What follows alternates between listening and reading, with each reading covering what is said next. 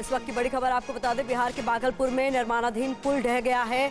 अगुवानी सुल्तानगंज पुल का 500 मीटर का हिस्सा नदी में गिर गया है। गंगा नदी पर बन रहा 4 लेन पुल एक बार फिर से गिरा है, ऐसा अपडेट हमें मिल रहा है। तस्वीरें बिहार से सामने आ रही है, भागलपुर में, जहां गंगा नदी में निर्माणाधीन पुल ढह गया है। इस पुल का 500 मीटर हिस्सा नदी में बह गया और उसी की तस्वीरें भी आपके सामने।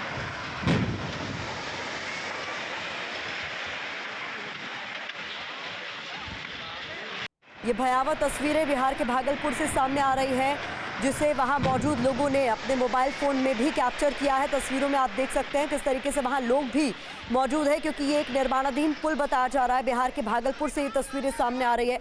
अगुवानी सुल्तानगंज पुल का ये 500 मीटर का हिस्सा है जो नदी में समा गया है। रुपेश ज्यादा जानकारी के साथ फोन लाइन पर जुड़ गए। रुपेश, क्या कुछ अपडेट आपके पास? देखिए, बिल्कुल, ये जो 2 पिलर है वो जो खगड़िया की तरफ है, यानी कि उत्तर बिहार और दक्षिण बिहार को जोड़ने वाला एक बहुत महत्वाकांक्षी परियोजना, जिसका शिलान्यास 2014 में नीतीश कुमार ने किया था और बाजाप्ता 1 साल बाद ही 2015 में जब कार्य शुरू हुआ, उस वक्त भी नीतीश कुमार मुख्यमंत्री के तौर पर वहां पर गए थे और वहां पर उन्होंने कार्यारंभ किया था।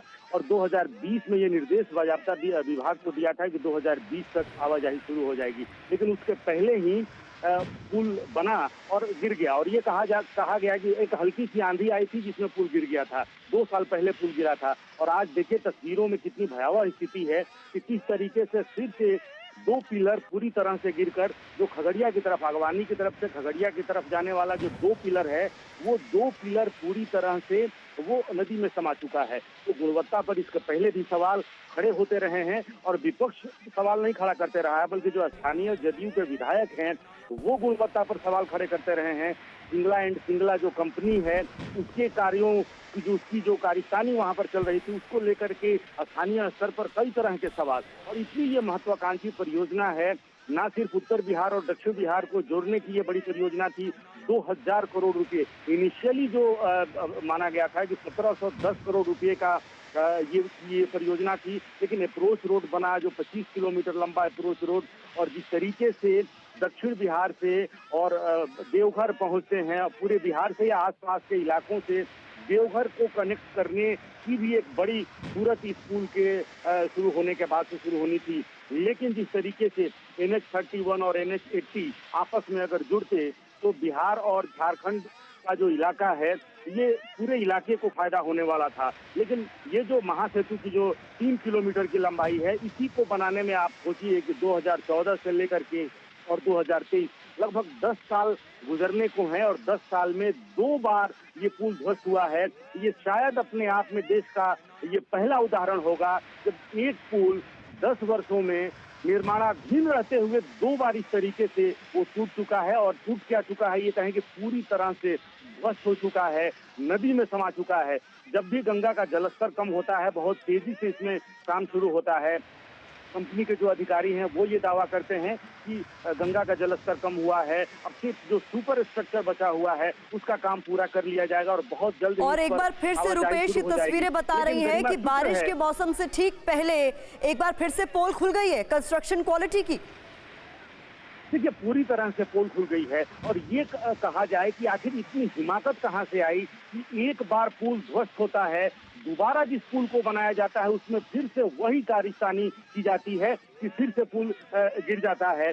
और ये तो बहुत अच्छा है, शुक्र है भगवान का कि कम से कम ये पुल निर्माणाधीन था। अगर आनंद फानन में इसी पुल को अगर चालू कर दिया जाता, क्योंकि विभाग से भी दबाव था कि जल्द इस पर आवाजाही शुरू की जाए, क्योंकि कार्य 2020 में ही संपन्न हो जाना था, लेकिन अगर इस पर आवाजाही शुरू हो गई होती तो सोचिए जो तस्वीरें दिख रही हैं उस पर गाड़ियां और लोग, कितना बड़ा हादसा हो सकता था। तो आज इस कंपनी ने अपनी कार्यकारिणी की वजह से एक तरह से ये कहें कि एक बार इनकी पोल खुली, फिर दोबारा उसी मटेरियल का और उसी गुणवत्ता, इस गुणवत्ता पर सवाल सरकार के लोग भी उठाते रहे हैं, स्थानीय विधायक उठाते रहे हैं, लेकिन उस तरफ ध्यान इसलिए नहीं दिया गया क्योंकि चर्चा ये भी है कि इस राज्य के एक बड़े IAS अधिकारी के संबंधों की चर्चा सिंगला एंड सिंगला कंपनी के साथ रही है, उस बात की भी चर्चा लोग भागलपुर में नहीं बल्कि ये सारे सवाल पटना तक आते रहे हैं। तो ये सारे सवाल हैं, इन सवालों के जवाब सरकार को भी देना होगा। रुपेश, एक महत्वपूर्ण जानकारी आपसे ये भी चाहूंगी, चूंकि आपने एक जानकारी ये दी, चूंकि ये निर्माणाधीन पुल था तो ये एक तो बात गनीमत की रही कि इसे आवाजाही के लिए आम लोगों के लिए अभी नहीं खोला गया था, लेकिन चूंकि अंडर कंस्ट्रक्शन था तो इसमें किसी तरीके की कोई लेबर तो अभी इस पर मौजूद नहीं थी जिस वक्त ये बड़ा हादसा हुआ, या इसके आसपास भी कोई शख्स जो घायल है, जख्मी, ऐसा कोई अपडेट? नहीं, अभी तक उस पुल पे आज काम चल रहा हो और उसके ऊपर बहुत बड़ी संख्या में मजदूर मौजूद हो और वो घायल या वो पानी में गिर गए, इस तरह की कोई सूचना अभी नहीं आई है। हालांकि कुछ जरूर उस पर अंडर कंस्ट्रक्शन था काम, सुपर स्ट्रक्चर बनता है और उसके पुल के ऊपर लाकर रखा जाता है। तो ये भी शुक्र है कि उस पुल के ऊपर उस वक्त निर्माण का कार्य नहीं चल रहा था, वरना मजदूरों के साथ भी बड़ा हादसा हो सकता था।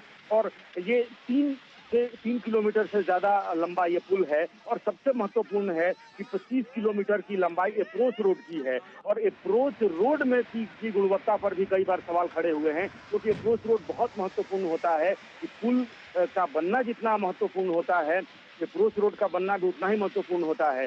तो कई बार लोगों ने, स्थानीय विधायक ने, स्थानीय लोगों ने ये सवाल खड़ा किया है कि ना तो अप्रोच रोड की गुणवत्ता सही है और ना ही ये जो पुल बन रहा है इसकी गुणवत्ता सही है। इसकी पोल खुली, तमाम चीजें, ये वाकई आश्चर्य होता है कि इस राज्य में एक बार नहीं कई बार निर्माणाधीन पुल ध्वस्त होने की कार्रवाई हो चुकी है। एक ही पुल आवाजाही शुरू होने के पहले दो बार गिरता है और उसके बावजूद इस तरीके से, और खास करके ये मैं हिमाकत शब्द इसलिए गरिमा इस्तेमाल कर रहा हूँ क्योंकि जिसका शिलान्यास मुख्यमंत्री ने किया हो, जिसका कार्यारंभ मुख्यमंत्री ने किया हो और मुख्यमंत्री के स्तर पर उस पुल की समीक्षा बैठकें भी की जाती रही हो, लगातार विभागीय निर्देश हो कि इसको समय से तक इसको पूरा कर लेना है, और बावजूद इसके एक कंपनी के अधिकारी आखिर इस तरह की लापरवाही, इस तरह की गुणवत्ता से समझौता जब करते हैं तो सवाल उठना लाजमी है।